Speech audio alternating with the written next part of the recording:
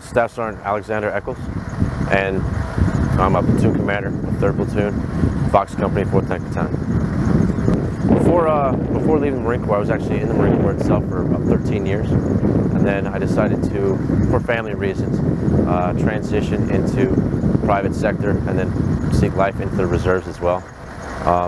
The transition was actually, obviously it's not that hard to transition. All you have to do is just say, hey, you know, I think my time is done here, and trying to move on. So it wasn't that hard, but you know, I would say the opportunities doing the separations program and that they have available, that obviously helped out. You know, learn how to build resumes and everything. You know, transitioning itself into the reserves, was fairly easy. You know, I talked to a prior service recruiter. That was pretty much my main step.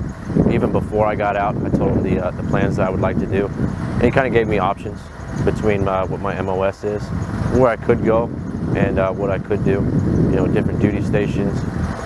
It kind of worked around me of where I would like to go as well. Right now, I hold a couple jobs.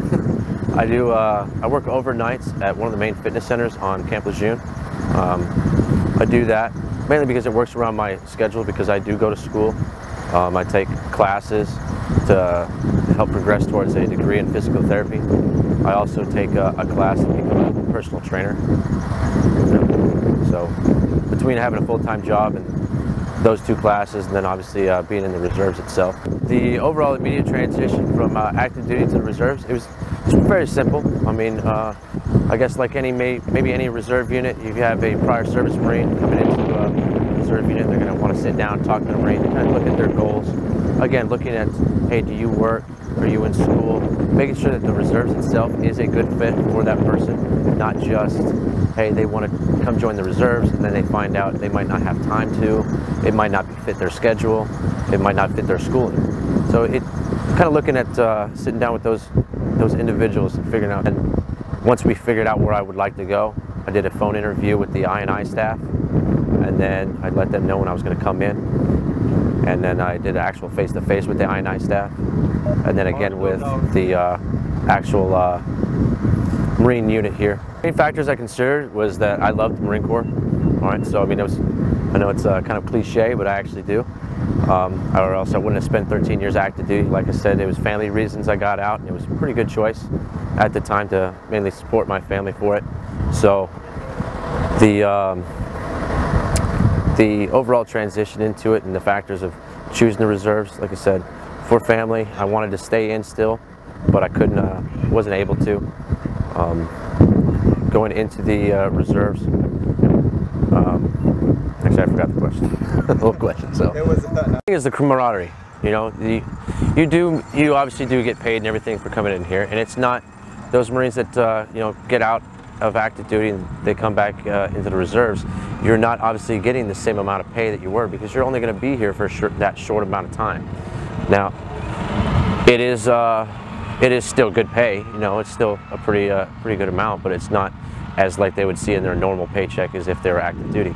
So you mainly do it because you like it. You do it because you like it. You do it because you love it, and you do it because of the you know, mainly the guy on your left and your right. You know, I've only been here about 6 months, and like day one, going into any other unit, you know, you get you know, day one already made friends and everything. You know, people like it. You got to meet the peers and already got a good gauge on the way everybody is.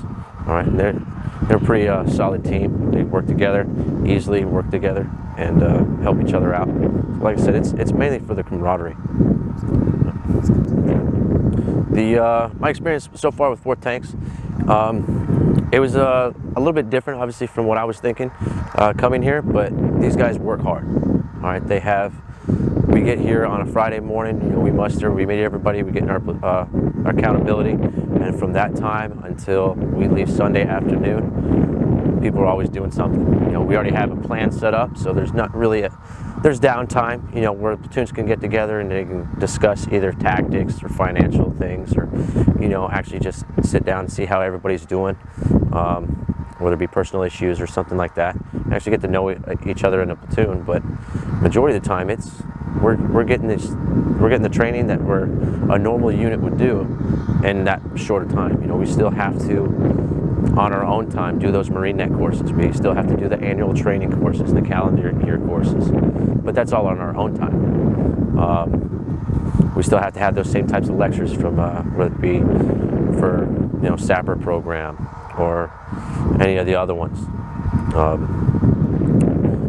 What we're at actually right now, I'm not wearing the normal uniform of the day, is because we're out in the field. Out in the field here, we're doing pretty much our gunnery.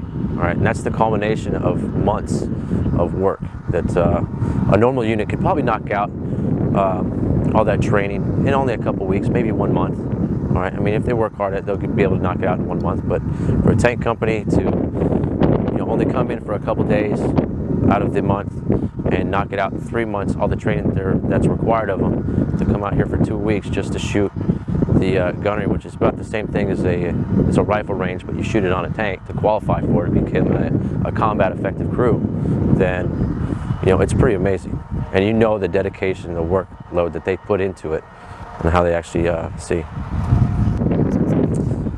The biggest thing is it is a misconception. You know, I thought the same thing kind of going into it. I had some negative doubts, like, okay, it's the reserves. I had the idea that it's not just like the active duty, and it's not. You know, we do have civilian jobs out of this. You know, we still get to go see our families majority of the time, and everything like that. I mean, we're only doing our drill a couple days out of the week, or a couple days out of the month, and then, you know, that couple weeks out of the year.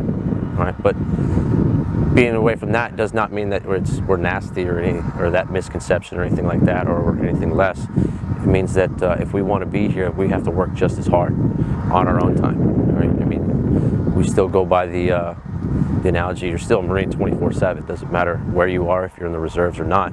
If you're wearing a uniform or if you're wearing a business suit, you still have keep that mentality of being sharp, presenting yourself as a professional, and no matter what you do.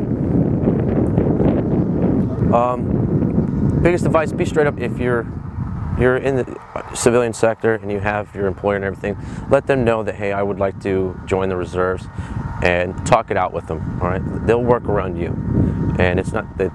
Yeah, I mean, they'll work around you. Give them a schedule ahead of time. We get our schedule a year out.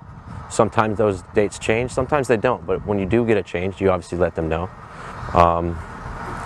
Even with the reserve units, they'll help you out. If you have a certain amount of training that you have to do for your employer, say if you're the police department, fire department, or something to do with medical, or say you're in school and you have final exams the day that a drill is going, you obviously can't miss those final exams. You know, your unit will help you out on making up those drill dates or rescheduling other ones. The employer will do the same thing. If there's training that you know that you're going to miss, but it's not pertinent training that you physically have to be there, then they're going to work around it. They'll let you off on those days. The other time reasons, like I said myself, I work a full-time job. I work overnight just so I can balance going to school and you know, going to school and then even taking additional classes for other certifications at the same time. So if you have a good time management, that's pretty much what it is. You have to make that plan ahead of time. You can't just jump straight into it. You have to plan things out. If you're going to be in the reserves, then say, you know, I'm going to do the reserves. These are the dates I'm going to do it. You know, plan ahead. Hey, I have a drill this coming weekend, or, you know, I have to be gone for a week because we're going to go out and do a little bit of training exercise. I'm in school, so I'm going to talk to my teachers beforehand, get the assignments I need to, either finish them beforehand or have an extension to finish them afterwards. My regards to my career is that I originally obviously thought I was going to stay in for 20 years active duty. You know, I didn't. I stayed in for only 13, and then decided to transfer to reserves. That way I could have, you know, seek other career opportunities as well. But I still want to stay in the reserves for as long as possible. You know, it's at the minimum the 20 years, even after I hit 20. You know, I mean, I don't see any reason why I should have to get out if not. Again, but, you know, that's still a few years down the road, everything. After the 20 years, then we'll have to that's one of those times I have to sit down with the family and discuss, hey, where do we want to go from here? You know, I've knocked out one goal that we had set for the long term. Let's look at our next term goals. The prospect the new joins should know about, I understand that they went through, you know, they went through boot camp, and even if this is just a newly joined person, not prior service or even old prior service, you've gone through boot camp, you've gone through the other training, you've gone through, if you've been active duty before, you understand that mentality. Bring that same mentality every single weekend that you have to do this, right? Because that's what we're looking for. Because it's not just, hey, we're going to get together and mess around. It's, hey, we have work to do. You know, when another active duty battalion can't do the actual, or not necessarily can't do the job, but they need reinforcement to do the job, we're there to support them. We're also there to fight alongside them or even in front of them if they need relief for it. You know, it's at any time we can be activated as well. All right, you never know if there's multiple engagements going on somewhere else. You know, not everybody can be in the same place, so that's why they have the whole concept of the reserves, is to reinforce what we already have on the active duty side.